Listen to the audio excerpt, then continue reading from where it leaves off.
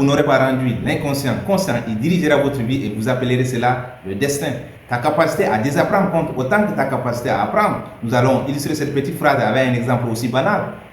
On est tous nés ignorants, quelqu'un est venu nous apprendre que 1 plus 1 égale à 2, nous l'avons tous cru. Et aujourd'hui, si cette même personne est venue nous dire que 1 plus 1 n'est pas égal à 2, je peux le dire sans me tromper. La question qu'on va lui poser, c'est de nous prouver le contraire. Vous voyez un peu le paradoxe, alors que c'est lui qui nous a appris ça. Une chose aussi simple peut nous empêcher de voir les choses avec exactitude.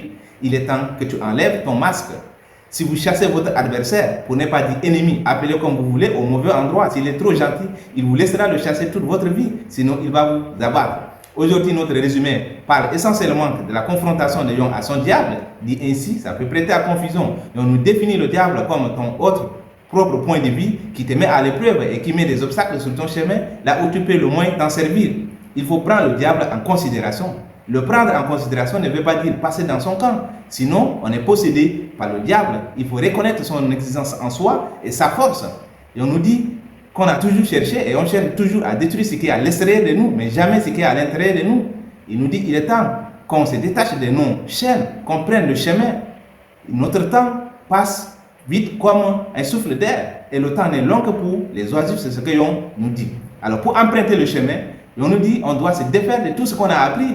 Et ça peut prendre des années, expliquant la difficulté de ceux qui arrivent au sommet du succès, ceux qui arrivent au niveau du sommet du savoir intellectuel. Ils ont des difficultés à se défaire de ce qu'ils ont appris.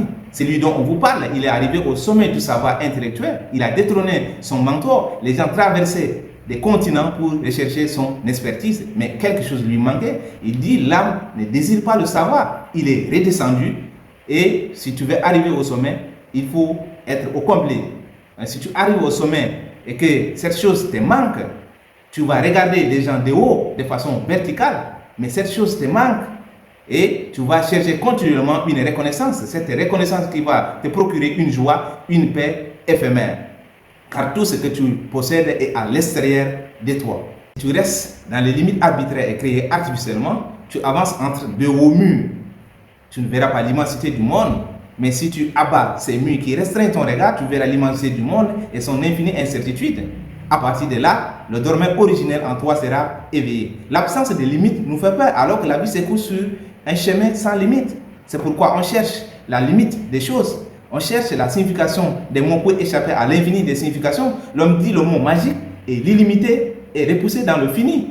Pourtant, il faut briser les enseignements pour en trouver des nouveaux. Et on nous dit clairement, un mot nouveau est un Dieu nouveau pour l'homme ancien. Il ne faut pas être esclave des mots. La vie n'est qu'une succession de significations.